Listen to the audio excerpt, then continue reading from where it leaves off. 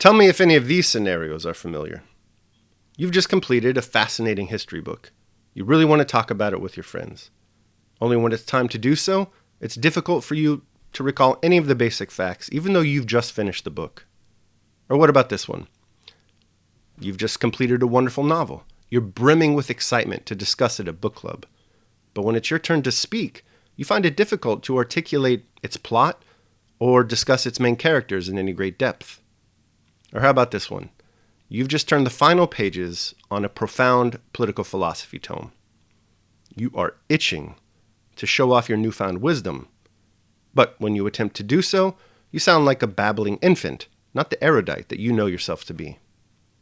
If any of this sounds familiar, then the next book that you should read is Mortimer Adler's and Charles Van Doren's How to Read a Book.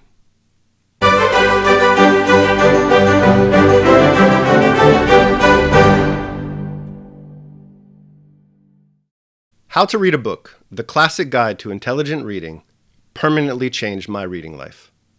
First published in 1940, I'm positive that it's changed countless readers' lives.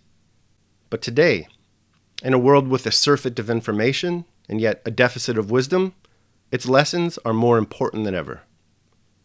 Its importance, I would argue, is found not just in the fact that it teaches you how to read, but it also teaches you what you should read. Let's start with how to read. In this book, Adler and Van Doren argue that there are 4 distinct levels of reading. The first level is basic literacy. They spend no time at all on this level because they already assume that you know how to decode text and derive meaning from the same.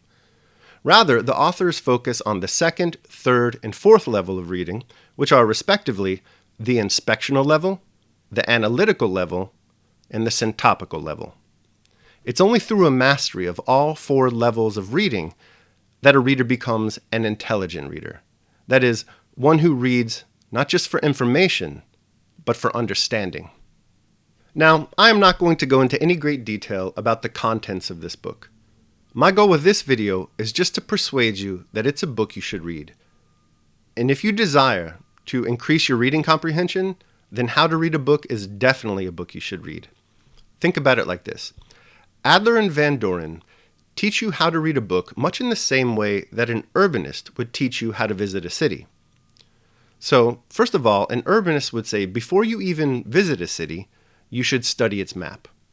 You should learn where its major streets are. You should learn where its major landmarks are.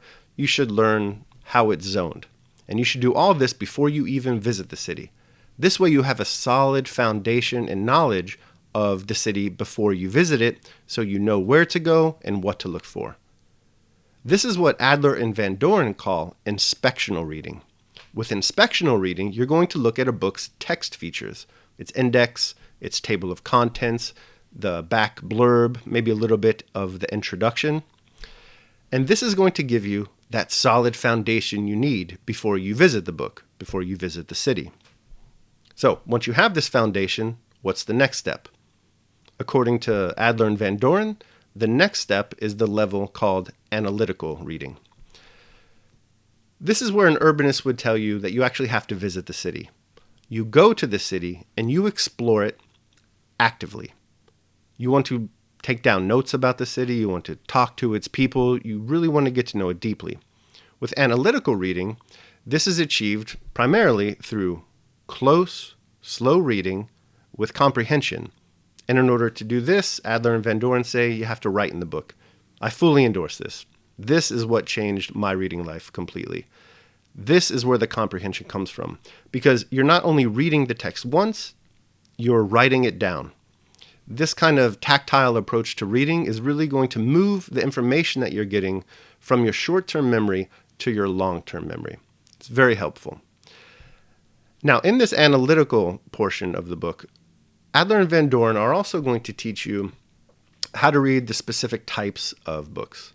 So they have sections dedicated to novels, a section dedicated to poetry, a section dedicated to history, a section dedicated to science, for instance.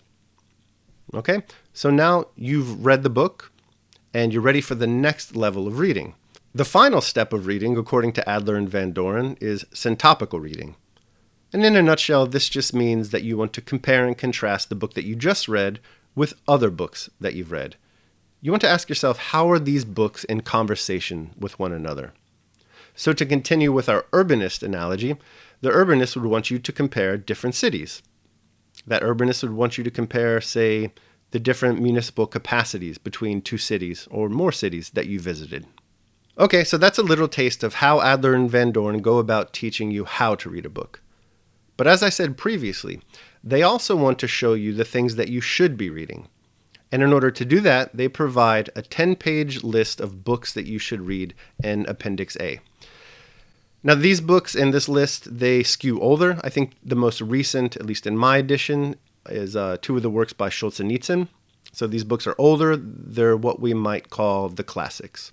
Older isn't perfect, of course, but all things being equal, older is better. And the reason I say that is because time is the great curator. It preserves for posterity those works that have enjoyed the partiality of multiple generations, rather than just the preferences of only one.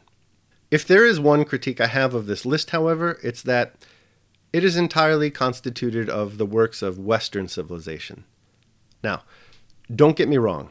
I'm not saying we need to tear down the canon. Actually, I'm against that completely. I think we need to re-elevate the canon because these books are foundational to our civilization and important to be familiar with moving forward if we are to preserve and build upon our civilization. That said, I do think that there is plenty of room to be made in the canon for many non-Western works, particularly the works of ancient India and China. So I would like to see a list that incorporates these great works of Western civilization with these great works of non-Western civilization. But like I said, the list that you're going to find in Adler and Van Doren's How to Read a Book is superb, and you should definitely start your reading life with these works. And it's for these reasons that How to Read a Book is definitely a book that you should read. In fact, if you haven't read it already, it should be the next book that you read. If it is a book that you've read already, please let me know down in the comments what you think about it. Do you think it's a book that you should read? If you haven't read the book, and this video has persuaded you that you should, well, after you do, come back here. Let me know what you thought about the book. I'd be very interested to hear that. And with that, I'd like to thank you for spending your time with me today. It's been a pleasure.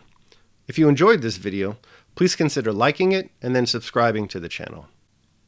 Until next time, keep reading and take care of yourselves and others. I'm Brian E. Denton, and this is ELA Plus.